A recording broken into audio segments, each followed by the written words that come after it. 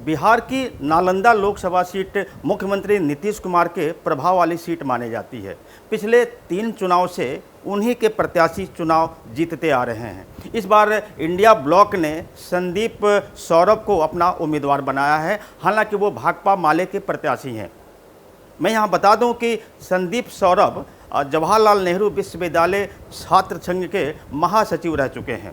राजनीति में आने के लिए उन्होंने सहायक प्रोफेसर की नौकरी भी छोड़ दी थी। वर्तमान में संदीप पालीगंज विधानसभा क्षेत्र के विधायक हैं। वहां पर बहुत कांटे का मुकाबला देखने को मिल रहा है और नीतीश कुमार की प्रतिष्ठा वाली सीट पर इस समय जो मुकाबला चल रहा है उसको लेकर के पूरे मंत्रिमंडल में खलबली मची हुई है। इस रिपोर्ट के जरिए आज हम जो वीडियो के जरिए जो आपको रिपोर्ट दिखाएंगे उसमें यह बताने की कोशिश करेंगे कि क्यों नीतीश कुमार नालंदा लोकसभा सीट को लेकर के परेशान हैं, बेचैन हैं और संदीप की वहां पर स्थिति इस समय क्या चल रही है।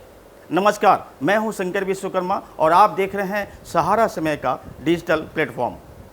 बिहार की राजधानी पटना से सटे नालंदा लोकसभा सीट बिहार की सबसे हॉट सीट मानी जाती है। उसकी वजह है मुख्यमंत्री नीतीश कुमार का गृह जनपद होना। नीतीश कुमार इसी लोकसभा क्षेत्र के अंतर्गत आने वाले हरनौत विधानसभा क्षेत्र के विधायक हैं। उनकी पार्टी के प्रत्याशी कौशलेंद्र कुमार पिछले 3 चुनाव से लगातार चुनाव जीतते आ रहे हैं। इस बार भी जदयू ने उन्हें अपना प्रत्याशी बनाया है, जबकि उनके सामने हैं भाकपा माले के संदीप सौरभ। कभी बहुत ही आसान सीट मानी जाने वाली नालंदा में इस बार कांटे की टक्कर देखने को मिल रही है। बिहार के मुख्यमंत्री ने यहाँ के प्रत्याशी के लिए अपनी पूरी ताकत झोंक रखी है। यहाँ का समीकरण क्या बन रहा है, इसकी चर्चा हम आगे करेंगे। पहले जान लेते हैं कि यहाँ का जातीय समीकरण क्या है। लगभग 23 लाख वोटरों वाले इस लोकसभा क्षेत्र में सबसे अधिक कुर्मी बिरादरी की वोटें हैं। उनकी वोटें तकरीबन 4.5 लाख के आसपास है, जबकि यादव बिरादरी की वोटें लगभग 3.25 लाख के करीब हैं। मुस्लिम वोटर 2 लाख के आसपास हैं, जबकि बनिया वोटर 1.25 लाख हैं। पासवान वोटर 1.25 लाख हैं।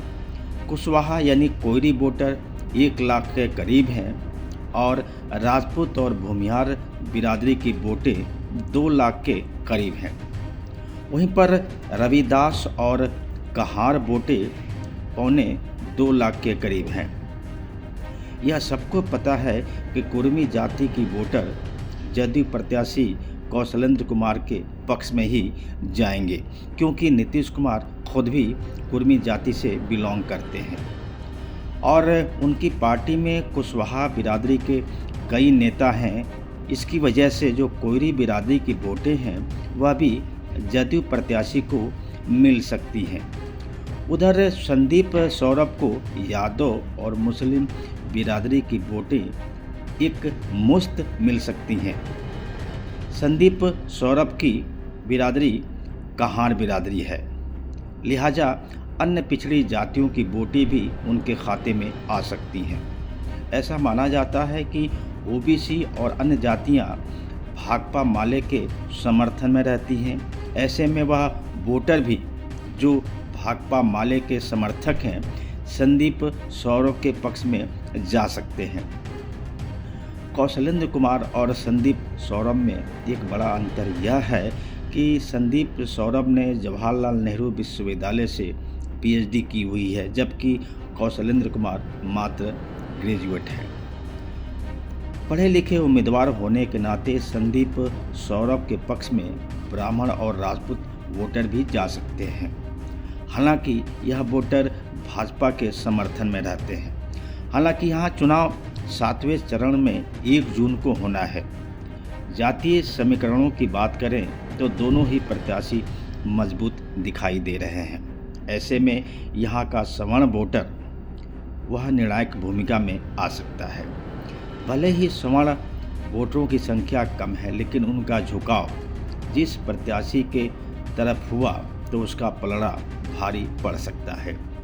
नीतीश कुमार की पार्टी जदयू के जितने भी प्रत्याशी चुनाव मैदान में हैं, वह जीते या हारे नीतीश कुमार को शायद बहुत ज़्यादा फर्क नहीं पड़ेगा, लेकिन नालंदा लोकसभा सीट अगर वह हार गए तो बिहार ही नहीं बल्कि पूरे देश में एक मैसेज यही जाएगा कि जब नीतीश कुमार अपने गृह जनपद की सीट नहीं बचा पाए तो आगे क्या कर पाएंगे।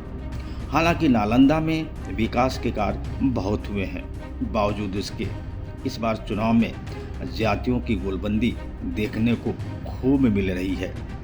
वैसे तो दोनों ही प्रत्याशी पिछड़ी जातियों से बिलोंग करते हैं, लेकिन संदीप सौरभ पढ़े लिखे हैं, डॉक्टरेट हैं, सहायक प्रोफेसर की नौकरी छोड़ करके वो राजनीति में आए हैं। उन्होंने जो वहाँ पर मुकाबला किया है, जिस तरीके से उन्होंने तैयारी की है और बाकी जातियों के बीच उन्होंने एक जो स्थान बनाया है, उसको देख करके यही कहा जा रहा है कि संदीप सौरभ तगड़ी फाइट दे रहे हैं और अगर उनकी स्थिति यही बनी रही तो शायद नीतीश कुमार को अपनी प्रतिष्ठा बचानी भारी पड़ जाएगी। नमस्कार।